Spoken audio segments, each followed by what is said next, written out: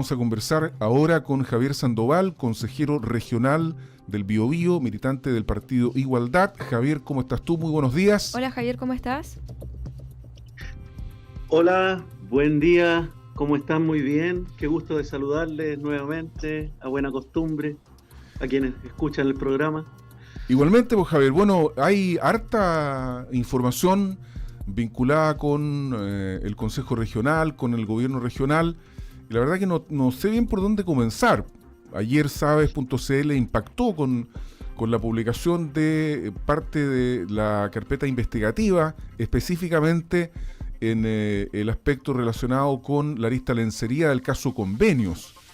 Y llama particularmente la atención esta vinculación que se establece entre el ex jefe de gabinete, Rodrigo Alarcón Quesada, y su tío, Eduardo Quesada, y una reunión que habrían sostenido con Camila Police, donde la pasan a buscar en el centro de Concepción, después la llevan a una casa de Hualpén. Yo entiendo de la declaración que ¿cómo se llama?, que aporta el abogado Renato Secpi, que se trataría de la residencia particular de Rodrigo Alarcón, y ahí le recomiendan una cosa que es como de un guión de película policial: se bote los equipos al mar, porque con el agua salada la información desaparece. Entonces se están conociendo una serie de detalles que son a lo menos llamativos, por ponerle un calificativo. Javier Sandoval, no sé qué te parece. ¿Tú conocías esta información? ¿Tenías antecedentes? ¿Sabías más o menos los detalles que se conocerían a medida que fuera sabiéndose lo que se declara en el proceso penal, Javier Sandoval? O sea, realmente esto parece ya una serie de Netflix. Realmente cuando vemos estas tramas que tienen capas y capas, lo único que queda es asumir de que hay siempre mucha más información de la que se ha dicho. Y sorprende de que todo este tipo de antecedentes vayan llegando gracias a la investigación periodística, gracias a que tenemos todavía también periodismo investigativo y valiente, digamos, en la región, que logra escarbar y encontrar otros antecedentes, porque por los canales oficiales, por los canales incluso de las entidades investigativas, todo demora mucho o llega muy parcelado. Y en el caso de las solicitudes de información que hemos hecho y que hacemos permanentemente al interior del gobierno regional, realmente, tal como lo vengo diciendo de larga data, digamos, hay obstruccionismo, hay información incompleta, hay información que lo que busca es desviar la atención y no responder lo que se pregunta, y ya nos vamos encontrando o acostumbrando a un lenguaje que parece que en vez de querer develar la realidad, lo que busca es ocultar la realidad y responder de acuerdo a lo que más acomoda, digamos, a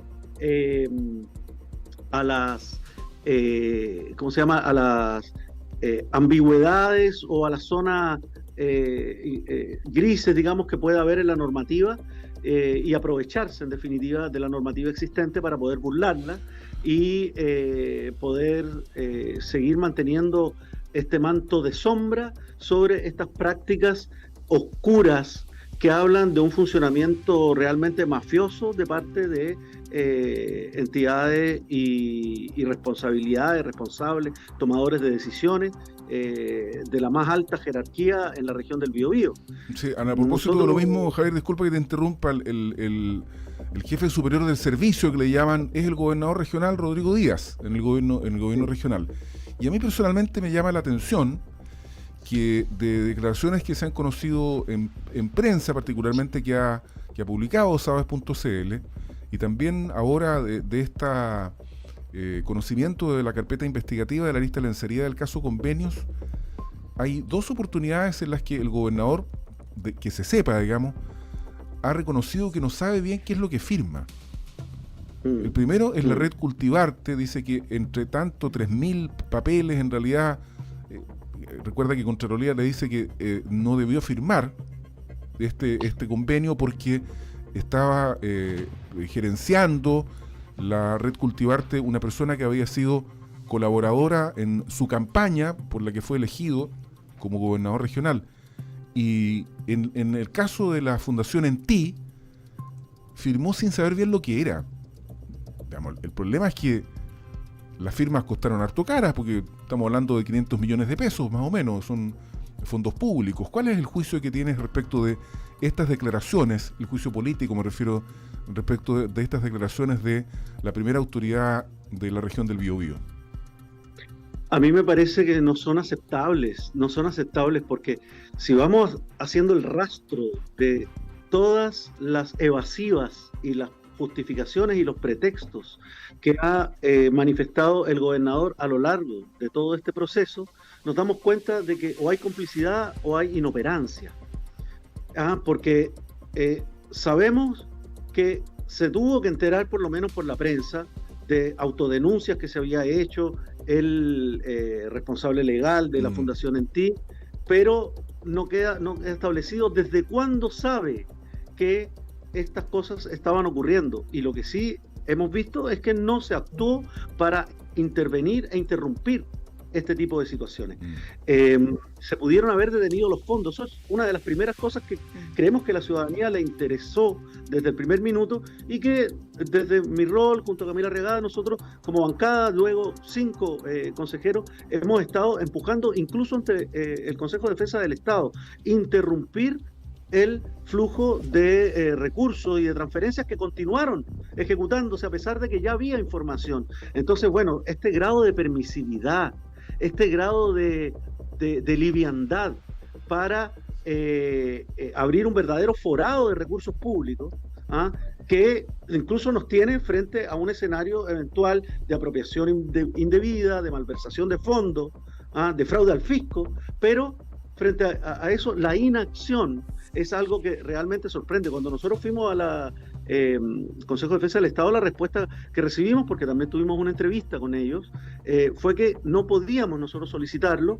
tampoco pueden ellos de mutuo propio interrumpir los traspasos de fondos y congelar esos proyectos. Solo lo puede pedir la autoridad máxima de la región. Entonces, cuando no lo pide, cuando no se hace cargo de las propuestas que desde el primer minuto fuimos generando, nosotros presentamos 13 medidas que todavía no se discuten al interior del CORE, porque también hay una complicidad del CORE con el ritmo y con el pauteo que ejerce el Ejecutivo. Eso es una gran suerte que tiene el gobernador, ¿no? Que cuenta con blindajes, con verdaderos escudos humanos en todas partes, para poder dilatar, distraer y evitar la acción, ¿verdad?, fiscalizadora, y nunca tomó una medida como esta.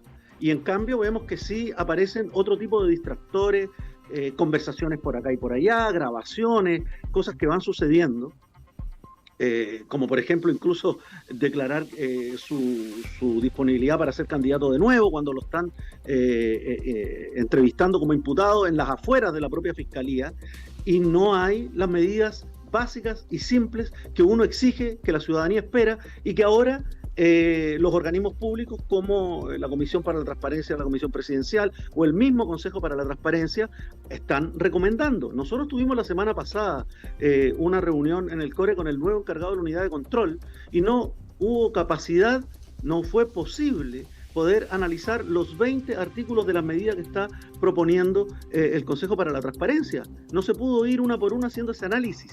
Entonces, realmente acá yo creo que la ciudadanía tiene el derecho a preguntarse si acaso acá hay algún grado de intencionalidad en ocultar y antes permitir que estos graves desfalcos y estas graves acciones de corrupción prosperaran en el gobierno regional del Biobío, que hoy se está volviendo ya una vergüenza acerca de cómo ejercer la función pública. Un gobernador que no recuerda lo que firma o que no sabe cuándo lo firmó. ¿Qué queda para las organizaciones sociales? El gobierno regional se está querellando contra organizaciones de tercera edad, ¿verdad?, por estos fondos pequeños que se postulan a la línea de subvenciones, adultos mayores. ¿Qué pasa si ahora estas mismas organizaciones contestan, bueno, es que yo no me di cuenta, lo que no firmé, no revisé bien los papeles? ¿Qué opinión se estará formando el mundo del AMPA de nuestra región al observar cómo está incluso la justicia abordando y cómo se están procesando judicialmente este tipo de conflictos del mundo político. ¿No es acaso lo que estamos viendo también una expresión de delincuencia? Javier, yo creo que efectivamente es cierto lo que tú mencionas, hace muchísimo sentido. Nos hemos enfrentado a una serie de situaciones que ensucian y marcan negativamente la política, y en el caso regional yo creo que también ha sido mucho más agudo que a nivel nacional, porque nos hemos visto con una serie de situaciones como el caso Polici, el caso de los fondos del gobierno regional, ¿cierto? Además también está lo que nosotros conversábamos ayer en nuestras noticias respecto a al nuevo informe de Contraloría que cuestiona el pago de viáticos a los cores del Biobío, detectando la doble función y vulneración de licencias médicas, ¿cierto? Y también me gustaría que pudiésemos indagar un poquitito en eso. ¿Cuál es tu perspectiva respecto a lo que está ocurriendo con los cores? Y también cómo esto nos afecta de cara a las próximas elecciones. Sí, ahí hay una trenza también, o parte de todo esto, porque todo esto la verdad es que tiene trasfondos que nosotros nos vamos sorprendiendo los alcances que tiene y consideramos que es muy peligroso lo que se está alimentando e incubando en la política regional y particularmente al interior de las prácticas de las cuales es epicentro el gobierno regional. Es peligroso para lo que pueda pasar a futuro en el caso de que todo esto quede impune. O sea, la descomposición de la política de la que ya venimos, acá está encontrando un afrecho que digamos que le va a hacer posible desatarse de una manera que después va a ser muy difícil controlar y muy difícil de revertir. Y dentro de ese mecanismo nosotros vemos el comportamiento de un Consejo Regional del Biobío que renunció a fiscalizar. Como digo, nosotros hemos sido 5 consejeros los que nos atrevimos, con todos los costos que eso tiene, a enfrentar esta máquina, y donde el gobernador en distintas instancias, en distintas tribunas, ¿verdad?, muy connotadas y muchas influencias, y también de parte de consejeros hemos visto que se señala que hay 23 consejeros, la enorme mayoría, que lo respaldan. Uh-huh. Y eso nadie lo ha desmentido.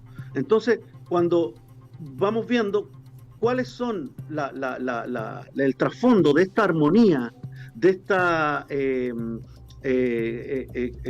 este consentimiento a el modus operandi que se ha dado en el gobierno regional, nos encontramos con los viajes. Oye, Javier, disculpa que te interrumpa, lo que pasa es que uno recuerda las sesiones, las que se lograron hacer después de el destape por parte de los medios de la lista lencería, fundamentalmente, y uno recuerda que ahí hubo algunos consejeros y consejeras que manifestaron que ellos iban a esperar los informes de Contraloría para poder tomar decisiones respecto de el gobernador regional Rodrigo Díaz. Entonces, ¿ha cambiado en algo la actitud de tus colegas consejeros regionales o no? Ahora que Contraloría ha emitido este tipo de informes y ha hecho prevenciones específicas respecto del gobernador, como por ejemplo que no debió firmar el convenio de la red Cultivarte, ¿ah? Entonces, y además no hablan. O sea, es que justamente es un mundo paralelo donde en la medida que somos minoría los que hemos hecho ejercicios de fiscalización, simplemente se hace como que no ha pasado nada. Impera una actitud de mucha hipocresía en el momento de ejercer fiscalizaciones. Recordemos que hablamos de comisiones fantasmas, decíamos nosotros, la comisión de fiscalización, que solo operó para perseguirnos a nosotros, a Camila Regada, a mí, para quitarnos incluso responsabilidades porque estábamos haciendo estas denuncias, y nunca para abordar a fondo los temas. El de Red Cultivarte, que es el que ahora mencionas, Álvaro, donde se dice desde Contraloría que Rodrigo Díaz simplemente incurrió en una actividad que podríamos interpretar como ilegal, de haber estado recomendando y financiando, ¿verdad?, una entidad donde tenía lazos de subordinación, lazos de campaña, y que es lo que hace que todo el mundo pueda y tenga también derecho a preguntarse si acá esto no se convierte en una máquina de devolución de favores electorales o incluso de beneficio personal, si es que hay o no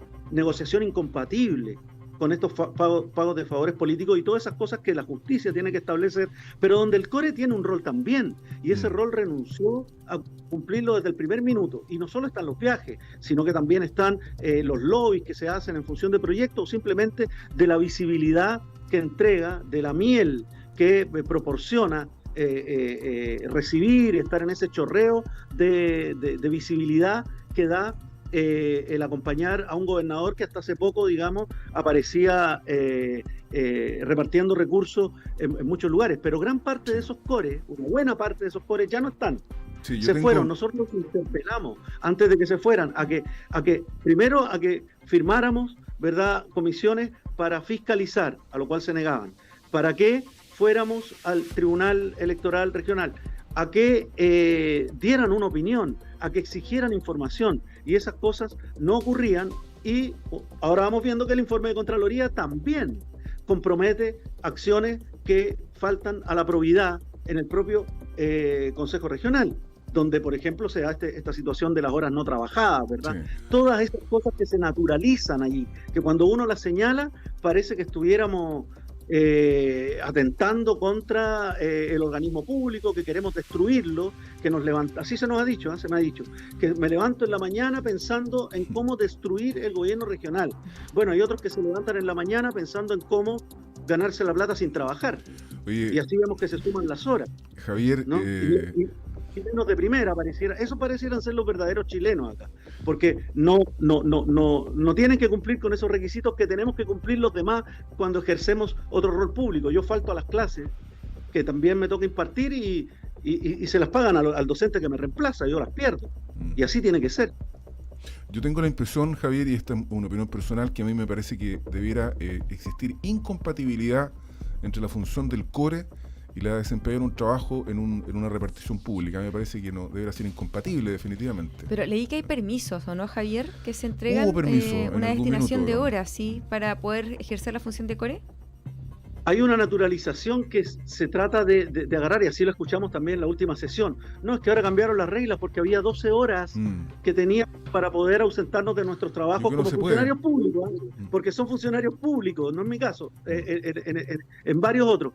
Oye, si existen 12 horas para que puedan ausentarse de sus trabajos, no significa que las van a cobrar, pues. No pierden el trabajo, pero no por eso van a estar cobrando doble, porque si no, nos estamos haciendo 2 sueldos. Y si a eso le sumamos los viáticos, en algunos casos ya estamos hablando de más de 2 sueldos. Entonces, todas estas cosas son materia de ley. Aquí nosotros necesitamos más rigurosidad. Pero no es necesario que haya una ley para saber lo que hay que hacer y lo que no se debe hacer. O sea, ¿cómo? Es un problema de ética. Es un problema de ética. Es un problema cultural que aborda la ética. Oye, a mí me gustaría, desgraciadamente terminamos el tiempo destinado a esta conversación, Javier Sandoval, pero a mí me gustaría agregar un elemento más a la discusión, y es que a pesar de todo lo que ha pasado, tengo la impresión de que desde el gobierno regional se continúa actuando con poca prudencia y con poco pudor. ¿Por qué estoy diciendo esto? Fundación Procultura, titular del diario La Tercera, del 15 de agosto, respecto de la Fundación Procultura: pintar fachadas, turismo creativo y ayuda contra el suicidio, los diversos rubros de Procultura, la fundación con más convenios en la mira de Fiscalía. ¿Y sabes quién tenía la dirección del evento paralelo al REC, el RECPRO? ¿A quién se le asignó? ¿No? ¿A quién? A la Fundación Procultura. Y esto es de ahora, de octubre del 2023. O sea, es, como le gusta decir al gobernador, ex post a todos los escándalos, no ex ante. Entonces, sí. ¿Tú sabías, Javier, o no? No tenía ese dato, pero sí hemos ido recabando de que aquí hay varios nichos. Entonces, donde se produce concentración de influencia y donde a nosotros nos sorprenden a veces los montos y la facilidad con las que se adjudican las licitaciones, las responsabilidades, las ejecuciones de proyectos. Creemos de que hay mucho escarbar. Nosotros hemos estado mirando el foco, por ejemplo, una corporación empresarial como Desarrolla BioBio, que estamos en Contraloría haciendo reposiciones permanentemente, pero también vemos que en el ámbito de la cultura también hay situaciones complicadas que requieren una mayor investigación. Por lo tanto, necesitamos acá mucha más colaboración, bueno, de el periodismo investigativo, de las autoridades públicas, de la gente del mundo de la cultura y del mundo de la innovación social en general, para repensar los marcos en que se tienen que mover los fondos, cómo se deben recuperar los fondos perdidos, pero también ejercer una forma mucho más austera, mucho más criteriosa y pertinente de distribución de los recursos. Hay que recuperar aquello y hay que recuperar también el gobierno regional. Yo quisiera hacerle un llamado a la ciudadanía también, a que tomemos conciencia y nos compenetremos con lo que está en juego. Son los recursos y es la institucionalidad. Es la posibilidad también de una descentralización efectiva. Es la fe pública. Y ahí necesitamos sumar fuerzas para recuperar esa institución que en este momento se está perdiendo en una descomposición que ya parece no tener fondo. Gracias, Javier Sandoval, por estar con nosotros esta mañana. Javier, que estés muy bien. Oye, yo efectivamente, fíjate que chau. Nos vemos. Hasta luego. Una de las preguntas que iba a hacer, Álvaro, apuntaba efectivamente a lo que tú hiciste, es la última, es en el fondo saber si es que esto va a servir como un aprendizaje para el futuro de la política. Pero parece que no, porque parece que en realidad cada vez vamos peor